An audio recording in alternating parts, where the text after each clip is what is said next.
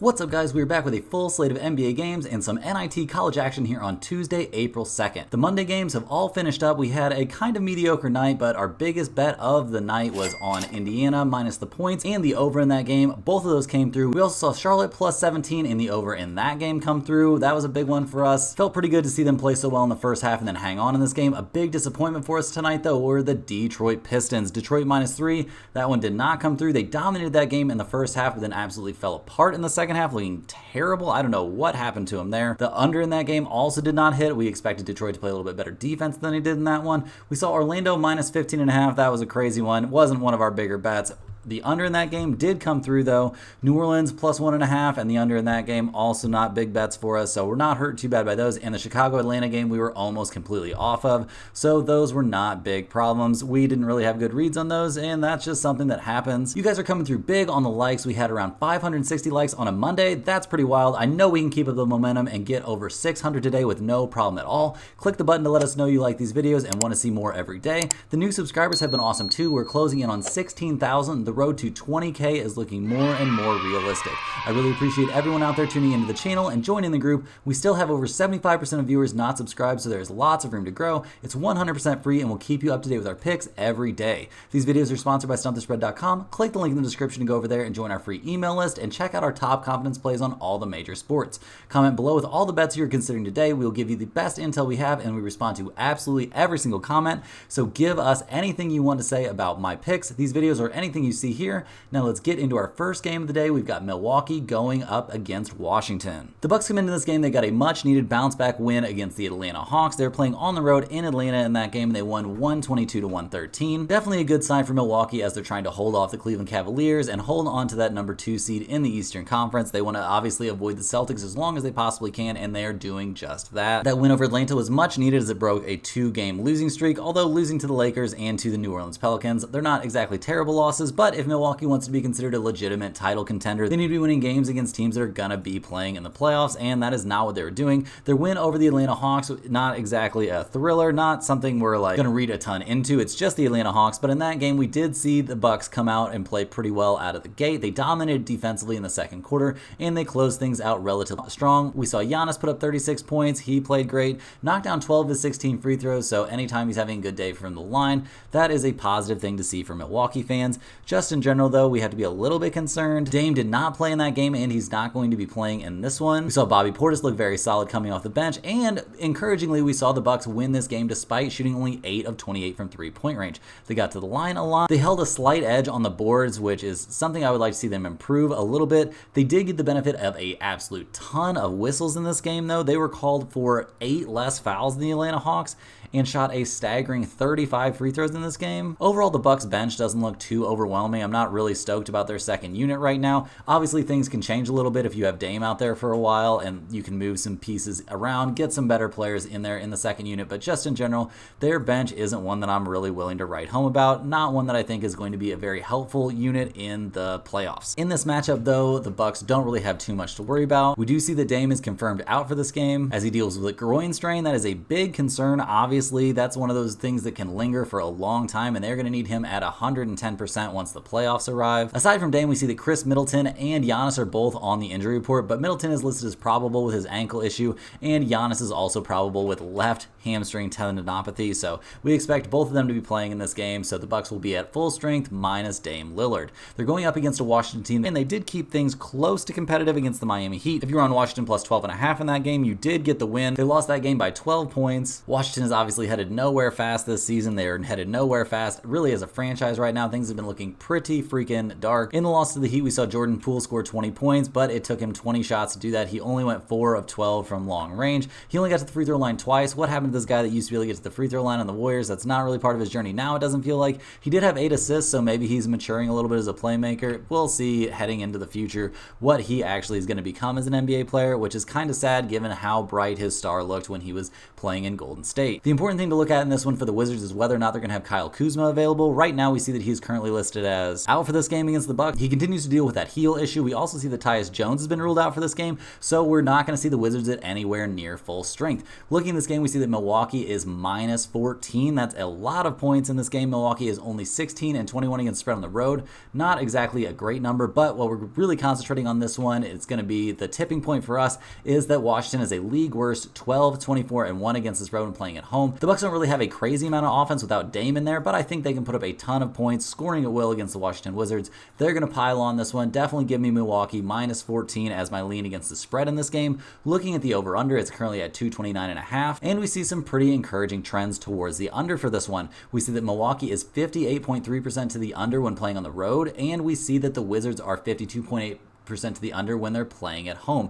Both of those trends pointing us to the under in this game. It's a pretty big number. I don't think the Bucks are going to let the Wizards score too much in this game, and just saying the Wizards really don't have a lot of offense to put up out there. So give me Milwaukee minus 14 and give me a taste of the under in this one. Next up, we've got the Los Angeles Lakers going on the road to take on the Toronto Raptors. The Lakers come into this game fresh off of a comfortable win at Brooklyn. They blew out the Brooklyn Nets. It was a game that was well out of hand early on in the game. The final score actually makes it look a little bit closer than it was, with the Lakers winning only by 12 points, but that thing was really locked up for quite a while. The Lakers currently find themselves sitting in that 9 seed in the Western Conference. They're only a game and a half back of the Sacramento Kings and 2 games back of the Phoenix Suns, so there's some semblance of a chance that we could see the Lakers theoretically play themselves out of the play-in tournament if they really close the end of the season out crazy strong, and we see some other opponents kind of collapse down the stretch, but that's not exactly something they should be holding their breath about. They are very likely to be part of the play-in tournament, and they're going to need to be at full strength for that. In the win over the Nets, we saw LeBron hit a career-high 9 3-pointers in that game. We saw Anthony Davis play really well. All of the Lakers starters scored in double figures, and they all posted very positive plus-minus ratings. Overall, the team didn't really have that good of a shooting night from 3. They shot only 37% from deep, making 15 of 40 overall, and when you have LeBron in there going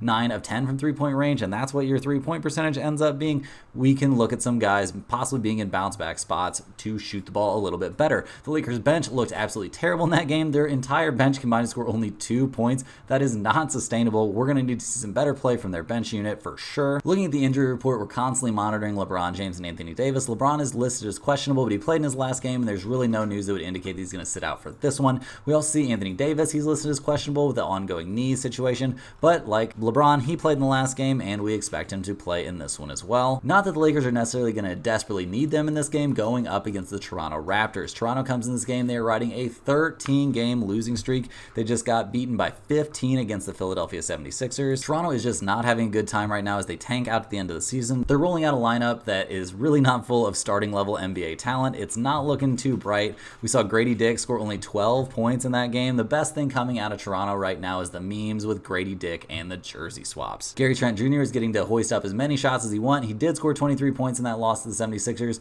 but the 76ers are not a great team and not somebody that you really should be getting blown out by 15 points against, especially when you're playing at home. The Raptors gave up 55% shooting from the 3-point line in that game. Toronto is just not doing well right now. They don't have any reason to be trying. They're tanking it out. They're holding all of their best players out of these games, whether they're severely injured or not. It's hard to know because they're playing it very close to the chest, but I just assume that these guys are not playing to give this squad their best chance of losing games and moving up that draft board. The spread in this game, we currently see Toronto is plus 12.5. The Lakers are only 16 and 20 against the spread on the road. Not a terrible number, and it's a number that's been improving recently. We see Toronto is the second worst team in the league, going 13 and 25 against the spread playing at home this season. Guys, I know it's weird to take such big favorites, and I am not a fan of doing it in general, but in these spots when the trends really back it up and the way the teams are playing back it up, you just have to ride with it. We are taking the Los Angeles Lakers minus 12.5 in this one. I think they find a way to get a comfortable blowout win and cover against a Raptors team that is really not running starting level NBA talent out there. Looking at the over-under for this game, we see it's currently at 229.5. The Lakers are a 61.1% to the over team, second in the league when they're on the road. We see that Toronto is more of an under team when they're playing at home. A very solid under trend at this one. With those conflicting and us liking the against the spread pick quite a bit, we are not going to be on the over-under for this game. Next up, we're looking at the Oklahoma City Thunder. They're going on the road to take on the Philadelphia 76ers. The Thunder come into this game fresh off of a crazy win over the New York Knicks. We did see SGA come back for this game, and he knocked down a crazy late game shot to win it. But aside from that, he did not have his best night coming back, and he is currently listed as day-to-day for this game, so we don't even know if he'll be out there for this one. We also see Jalen Williams on the injury report, so those will be important things to monitor coming up to game time. In that win over the Knicks, they were playing on the road at Madison Square Garden. We saw the Thunder in general shoot nearly 40% from three. They rebounded the ball pretty well, kept up with the Knicks in their frenetic rebounding style. We saw Jalen Williams put up 33 points in the win. He picked up the slack from SGA, who didn't really look like he was very comfortable out there. I wouldn't actually be that surprised to see him sit out this game, but that'll be interesting. We're going to dive deeper into the injury report on that one. The Thunder bench played pretty well in this game, and just in general, their free throws were a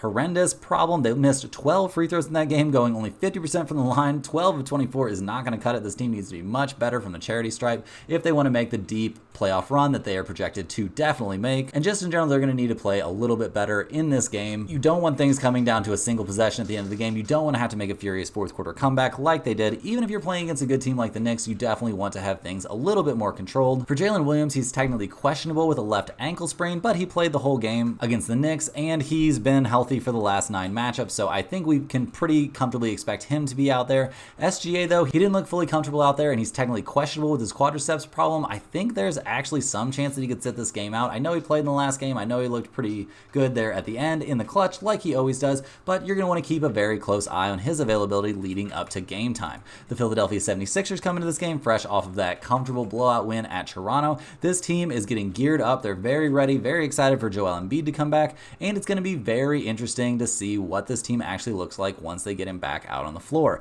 In that win over the Raptors, we saw Kelly Oubre go off for 32 points. He's really blossomed as a scorer. We saw Cam Payne, of all people, go off. He scored 24 points. This squad is just mixing and matching and finding a way to make it work. We had a small Tobias Harris sighting. He scored 21 points in this game. It was a really gutsy performance from the Philadelphia 76ers in a game where they did not have either one of their best 2 players available. We see Tyrese Maxey is questionable for this game against the Oklahoma City Thunder, so you're going to keep a very close eye on that one. He missed the Raptors game due to left hip tightness. It's not clear whether he'll be back for Tuesday. If he's not available, we're going to see a heavy dose of Cam Payne once again. Looking at the spread in this game, we see Philadelphia is +5 in this one. Playing at home, that's fairly reasonable, I think. Oklahoma City is 19-17-1 against the spread on the road. Not exactly an amazing road record. We see Philadelphia is 20-17 at home in this one.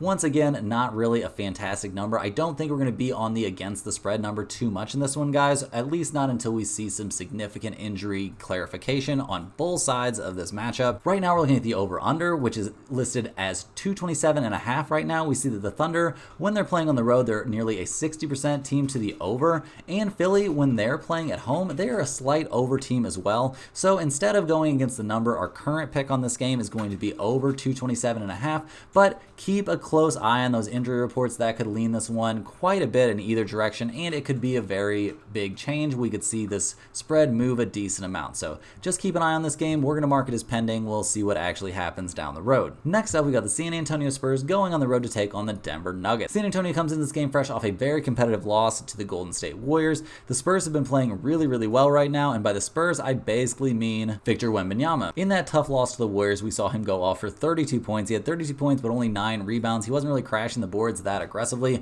Maybe the Warriors were just keeping him out of the paint. Regardless, though, 9 boards isn't really going to cut it from him if he's trying to win games for this very hapless-looking Spurs team. Just in general, San Antonio has been playing much better recently. They won 3 straight before that loss to the Warriors, and they've been just kind of keeping things much closer and much more competitive towards the end of the season. There's some tough injury news coming out of San Antonio right now. It looks like Vassell and Sohan are going to miss the rest of the season. Obviously, this team isn't really incentivized to be winning games right now, and I don't even really feel like losing Sohan is that big of a deal. I think he's a negative impact on Wembanyama out there. Vassell, on the other hand, has been scoring the ball really well, so they're definitely going to miss him. But just in general, this Spurs team needs to be concentrating everything it possibly can on getting Wemby in the best situations that he can be in and getting him in spots where he can learn and develop for next season, where he could be a very dangerous player. We do see that Keldon Johnson will also be out for this game, so things are starting to look pretty bleak for the Spurs on that injury report. The Spurs are going to need every bit of help they can get going up against the Denver Nuggets. Denver comes into this game fresh off a 29-point win over the Cleveland Cavaliers.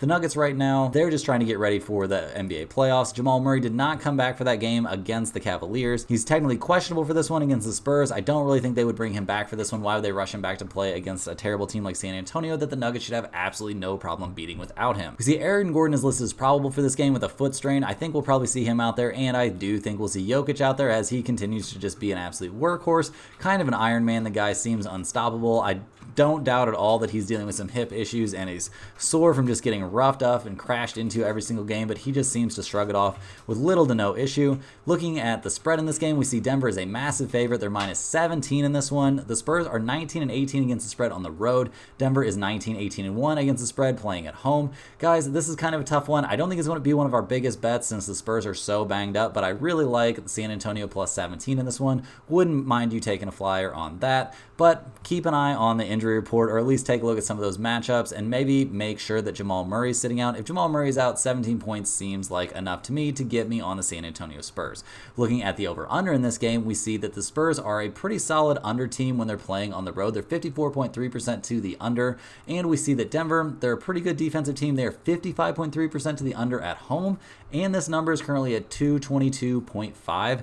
Give me a definite taste of the under in this one. I think the Spurs plus 17 and the under are going to be for sure my leans on this game. Moving right along here, we're looking at the LA Clippers going up against the Sacramento Kings. LA comes into this game fresh off of a third straight win. They took down the Charlotte Hornets 130 to 118. We saw Paul George play great in that game. Congratulations. We're not going to throw the Clippers a parade for playing well against the Hornets, but at least they're kind of getting back on track here. Wins over Philly, Orlando, and the Hornets. Those wins against Philly and Orlando, though, they were both nail biters. In the win over Charlotte, not that we can take a crazy amount from wins over the Charlotte Hornets. We saw Kawhi look pretty good. We also saw Zubac look really good. He knocked down 10 free throws and finished the night with 24 points. James Harden was basically a no-show in that game. He scored 6 points in his 36 minutes. Like, things just don't feel great. The vibes are off in Clipperland. Like, I just don't really get it. Things just don't look great. They've got players saying weird stuff to the media. They've got the coach saying weird stuff to the media. The coach is calling the team soft. I don't really know what they need to do, if there's some sort of weird change that needs to be made, or what can happen to get this team back on track.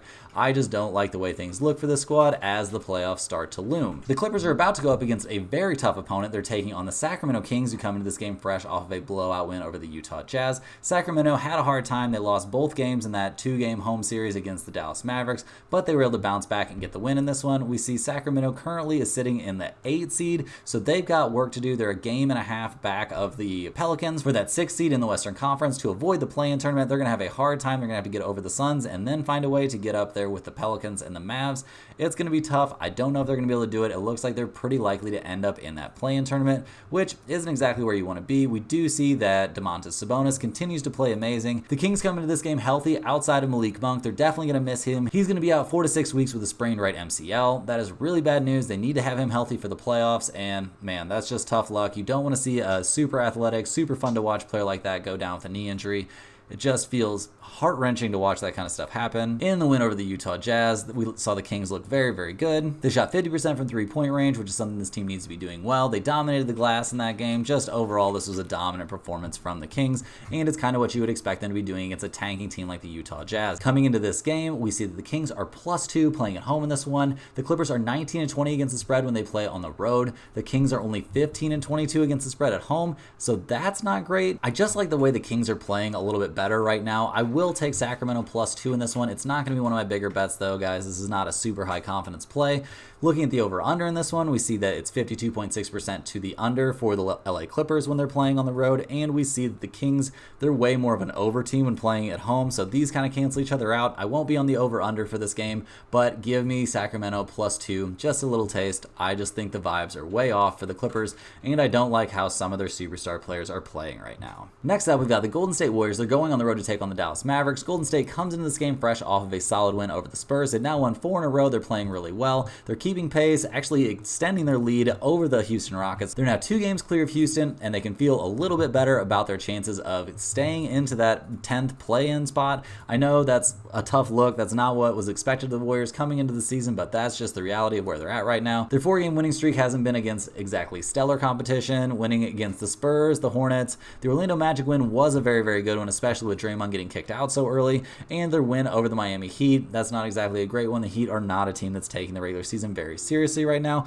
but regardless, it's good to see the Warriors playing well. In that game against the San Antonio Spurs, we saw Steph go off for 33 points. He went 7 of 15 from three-point range. He somehow only got to the line 2 times. I feel like he's a star that really doesn't get too many calls down there in the paint. I know he's a perimeter player, but still. We also saw Draymond Green play really, really well in that game. We saw Klay Thompson, kind of not the best shooting night from him, but fairly decent. We saw Moody and Podziemski look good off the bench. The bench in general looked very, very good in this game, so it's great to see those guys rounding into form. Wiggins had a terrible shooting night, but he's coming and going this season. It's really tough to tell when he's going to play well and when he's going to look terrible. Coming into this game, we see the Warriors injury report is looking something like a clean bill of health. We've got Klay Thompson listed as probable for this game with right foot tendonitis. I think we'll definitely see him play in this one. The real question is Kuminga. He's got a knee problem. He's questionable for this game. It's been kind of an ongoing issue. I don't know if he'll be in there. I think it's kind of just a warm-up and see how it feels kind of situation. Hopefully we see him out there, but the important thing is for him to be healthy for that play-in tournament. They're going to need every bit that they can get out of him, especially when he's going to be out there expected to guard the best player on the opposing team. The Mavs come into this game fresh off of another win. They took down the Houston Rockets, so helping out the Warriors quite a bit. The Mavs are playing great. They're on a 7-game winning streak. Luka and Kyrie have been looking fantastic lately. In the win over Houston, we saw Luka hitting absolute like crazy circus shots. That up and under like scoop shot from basically the 3-point line was absolutely bonkers. Luka went off for 47 points in that win. Doesn't seem like he's too bothered by any sort of nagging injuries or anything like that right now. The Mavs shot 51% from 3-point range. If their role players are making their threes, there's absolutely nothing opponents can do against them. Kyrie didn't have to do too much in that game. He had an easy 24 points.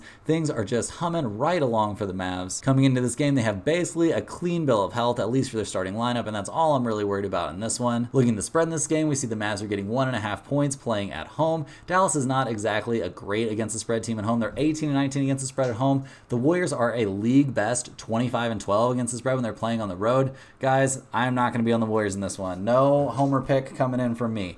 Dallas is just playing way, way too good. I know Golden State has the trends on their side for this one, but give me the Mavs plus 1.5 playing at home. There's nobody on the Warriors that can guard Doncic, even if Kuminga ends up playing in this game. Absolutely no one on the roster that can slow him down. There's nobody on the Warriors that can really guard Kyrie Irving. Maybe Gary Payton can get in there and guard him for 20 minutes or something like that, but there's just no way. Definitely give me Dallas in this one. I like the Mavs at home a lot. I know home isn't exactly their happiest place, but we like them in this one. We're also looking at the over-under in this game. The number is currently at 234.5. That's a pretty big number, and we see Golden State is 59, almost 60% to the under when they're playing on the road, and Dallas is nearly 60% to the under when playing at home. This seems like the perfect storm, guys. We're going to be significantly on Dallas plus 1.5 and the under in this game. This game is one of our favorite ones of the night for sure. After all that NBA talk, let's hop over to some college basketball. We're in the NIT for this one. We're in the semifinal round here. We've got the Utah Utes taking on the Indiana State Sycamores. Utah comes into this game. They've won 3 straight, obviously, to make it to this point in the NIT.